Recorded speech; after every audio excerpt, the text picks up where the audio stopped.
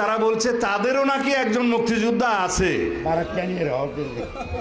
একজন মুক্তিযোদ্ধাকে তাদের জোটে যোগদান করিয়েছে এবং অন্য কথায় বলতে গেলে ভাড়া নিয়েছে বলে তারা সাইনবোর্ড দেখাচ্ছে তাদেরও একটা মুক্তিযোদ্ধা আছে এবং সেই মুক্তিযোদ্ধাকে তারা বাংলাদেশের স্বাধীনতার ঘোষকও বানাচ্ছে।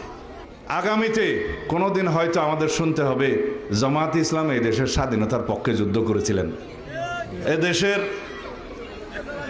মুক্তিযোদ্ধারা সেটা অবশ্যই মেনে নেবে না এবং তারা প্রতিবাদ জানাবে আমি বিশ্বাস করি। এদেশের সকল জনগণ দেশপ্রেমিক যারা স্বাধীনতার পক্ষের শক্তি তারা প্রতিবাদ জানাবে আমরা জানি।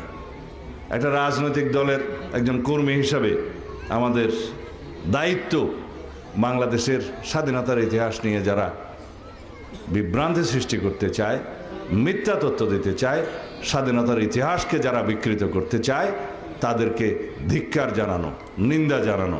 আমি খুব শালীন ভাষায় সেই নিন্দাটা জানালাম, তীব্র প্রতিবাদও জানালাম দলের পক্ষ থেকে।